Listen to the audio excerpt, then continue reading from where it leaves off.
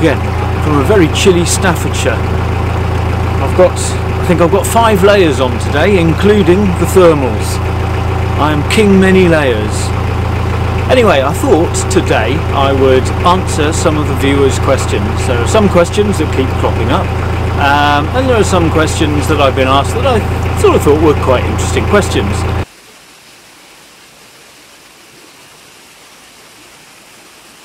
First up, why is my channel called Tales from the Swan's Neck?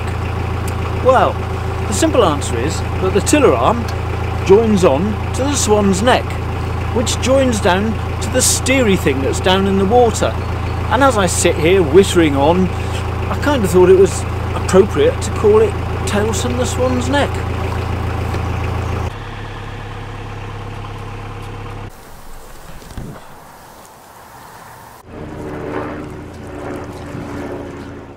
Did I take lessons in steering the boat and using locks? Well, the thing is, the Swan's Neck is a bit of a tight wad these days, so at 300 quid a go, I don't think so. I must admit I did seriously consider it, but as part of the buying process, I had to take the boat for what was called a sea trial, where you don't actually go on the sea. It's a bit like taking a car for a test drive, you know. So during that time I went out for 2 hours with someone from the marina, and during that 2 hours I kind of grasped what to do with the steering thing and turning round and stuff like that, so I kind of didn't really bother. And during that 2 hours we also stopped off at a lock, and I kind of observed what was going on. I also learnt about locking from watching videos online and reading books. So I moored up today. So I moored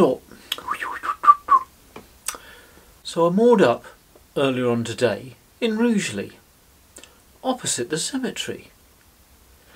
And there were 3 guys sitting in the cemetery fishing in the canal. Now, is it just me, or is that just a bit weird?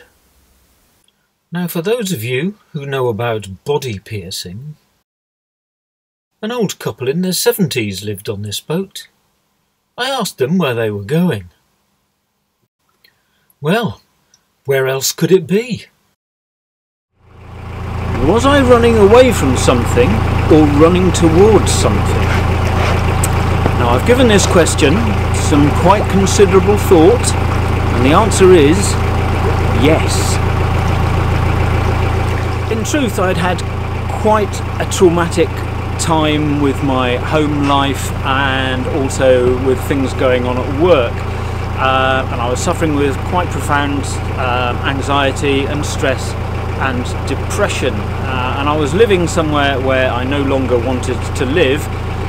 So I suppose I really was running away from something.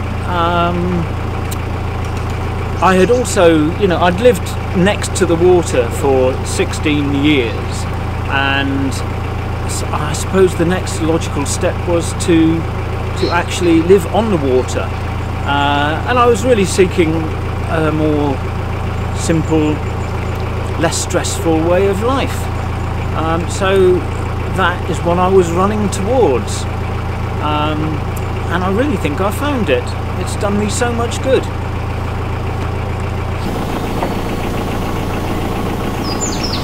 Look, mind the trees. This stretch of the Macclesfield Canal between the Bosley Locks and Congleton is absolutely stunning. It is so green and leafy and quiet.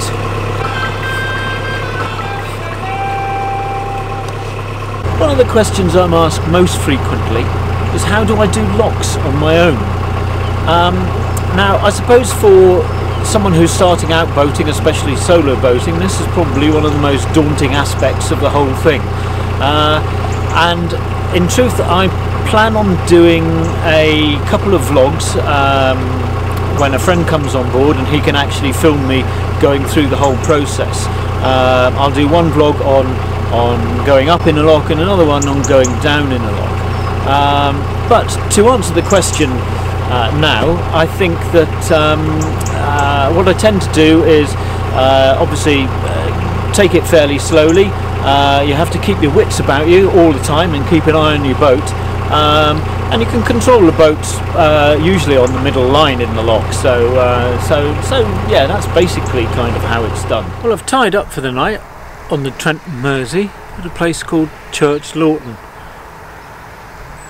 What? Well, I've tied up for the night. Now, controlling a boat and 2 cameras isn't always easy.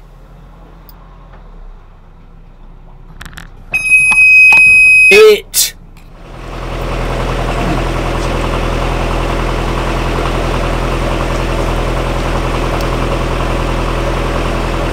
Wait for it to... Where's the sunshine gone, man? Oh, we'll have to wait till we get through. Morning.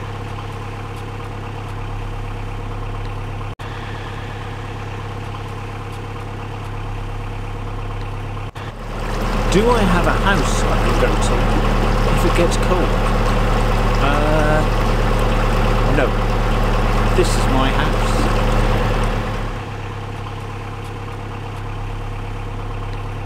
Is my boat an ex-holiday boat? And if so, how much modification will it need for full-time living on board? This is a very good question. Yes, my boat is an ex-holiday boat, and as such I kind of thought that I'd just be able to get on it and cruise away very happily, which I did throughout the summer. Obviously they are designed and fitted out to be used during the summer months or the warmer months. One of the very first things I did was to install a washing machine, and I've also had a multi-fuel stove fitted, as many of you will know. But over the months I've discovered that yeah, there are certain other things that will need to be done to the boat. In retrospect, I really don't think gas central heating was a particularly good idea. I would also like to install some solar panels, which I'm hoping to get done fairly soon. And the other thing is, during the winter months, obviously you're using an awful lot more electricity. Now, at the moment, my boat has 1 starter battery and 3 leisure batteries, or domestic batteries, as they're sometimes known as. And quite frankly, I don't think this is quite enough for continuous cruising or for liveaboard. So at some point I would probably like to have maybe 4 domestic batteries and the starter battery as well. I suppose the other thing is I did find the saloon area quite kind of awkward, so yes, I'm kind of rejigging that and refitting that so that it's more suitable for my needs and just somewhere, a sort of more comfortable space for me to be in. So yeah, there are certain modifications, but apart from that, that's probably about it, I think. Now, I'm sure you've all been wondering, what is the turning circle of a 53-foot narrowboat? Nope, neither have I. But we're about to find out.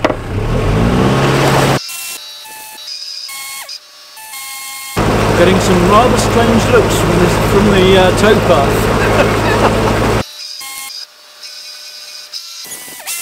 That wasn't too bad at all. I reckon that was about 70 foot, maybe 75. Cool, now we know. Can I share my experience of finding, negotiating, surveying and buying my boat?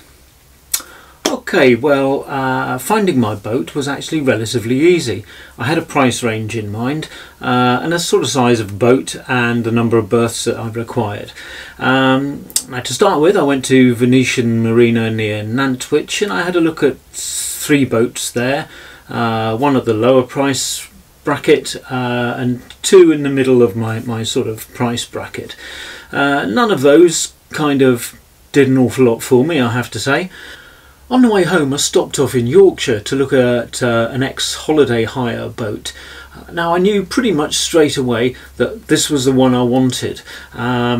knowing very little about boats, or actually nothing about boats whatsoever, I had read that ex-holiday hire boats were very good because usually they've been extremely well built, well fitted out, and they've usually been very well maintained throughout their lifetime.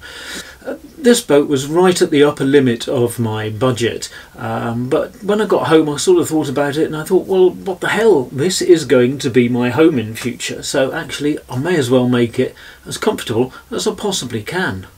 Having thought about it overnight, I phoned the boatyard the following morning and made an offer of £4,500 below the asking price. Naturally this was rejected, so after some negotiation we agreed upon a price. I was then sent a British Marine agreement for the sale and purchase of a second-hand boat. Now this is a standard template agreement issued by British Marine and covers the legal obligations of both parties involved.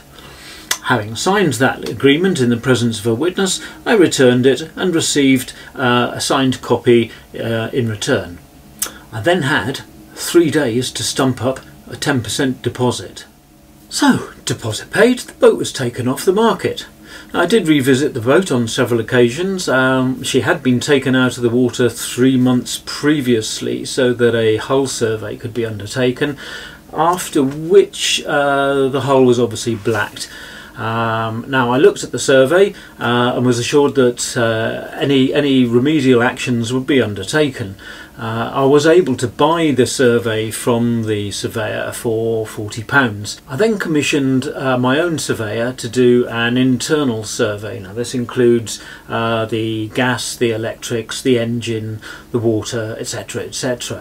And again, the vendor has a legal responsibility to rectify any of the problems that are found or lower the asking price of the boat accordingly. Boatyards do tend to suggest that the vendor pays for the out-of-water survey, although I must admit I would imagine this price probably finds its way into the asking price somehow or other, but I could be wrong. Maybe I'm just sceptical and cynical, I don't know. Next came the so-called sea trial. Now this involved me going down to the boat and taking her out on the canals for a couple of hours with someone from the marina. As far as I could tell, everything was absolutely hunky-dory, no problems whatsoever. All the problems that had been identified in the surveys had been rectified, so after that we exchanged contracts. The boat was mine, so we just arranged a date for me to move on board. That's all there was to it.